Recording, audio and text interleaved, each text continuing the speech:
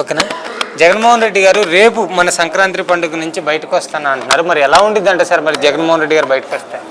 అసలు ప్రజలు జగన్మోహన్ రెడ్డి గారు గతంలో సీఎం అయిన తర్వాత ప్రజల్లోకి రావాలని చెప్పి అందరూ కూడా కోరుకున్నారు. ఎందుకంటే సమస్యలు అనేవి ఎప్పటికప్పుడు పెరుగుతూ ఉంటాయి కాబట్టి, కొత్త కొత్త రకాల సమస్యలు కూడా వస్తూ ఉంటాయి కాబట్టి, అసలు గ్రౌండ్ లెవెల్లో ఏం జరిగింది ఏంటి అనేది తెలుసుకోవడం జగన్మోహన్ రెడ్డి గారి నిర్ణయం అనేది చాలా బాగుంది. ఈరోజు ఎవరికి ఏ సమస్య ఉంది, మళ్ళీ భవిష్యత్తులో ఎటువంటి సంక్షేమ పథకాలు అందిస్తే మళ్ళీ జనాలు ఆనందంగా బతుకుతారు అన్నది జగన్మోహన్ రెడ్డి గారు తెలుసుకుంటారు. అదేవిధంగా ఇంకా కార్యకర్తలకి కష్టాలు అనేవి చాలా వచ్చాయి.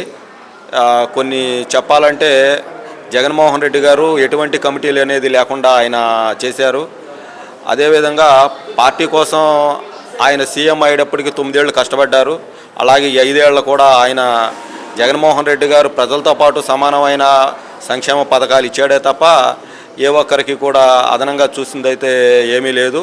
కానీ చాలామందికి ఒక గౌరవం మర్యాద అనేది ఇచ్చాడు. సమాజంలో గౌరవంగా బతకాలి, మనం ఒకరితో మాట అనిపించుకోకుండా మనం రాజకీయం చేయాలని చెప్పి జగన్మోహన్ రెడ్డి గారు ఆయన అనుకొని చేశారు.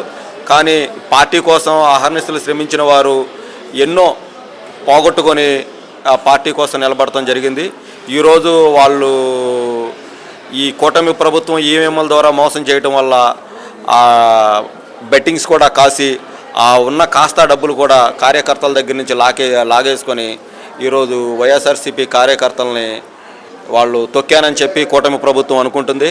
కానీ ప్రతి వైఎస్ఆర్సీపీ కార్యకర్త చెప్పేది ఒకటే, జగనన్న ఓపిక ఉన్నంత వరకే కాదు, ఊపిరిన్నంత వరకు నీ వెంట ఉంటామని చెప్పి ప్రతి ఒక్కరు చెప్తున్నారు. దాని అర్థం ఏంటంటే ఓపిక ఈవీఎంల ద్వారా సరే లాగేసుకున్నప్పటికీ కూడా ఊపిరిన్నంత వరకు ఈ 5 ఏళ్ళు పోరాటం చేసి జగన్మోహన్ రెడ్డి గారు మళ్ళీ సీఎం చేసుకొని పేద ప్రజలకి భరోసాగా ధైర్యం ఇవ్వాలని చెప్పి ఆ విషయాలన్నీ జగన్మోహన్ రెడ్డి గారికి చెప్పాలని చెప్పి మేము అనుకుంటున్నాం.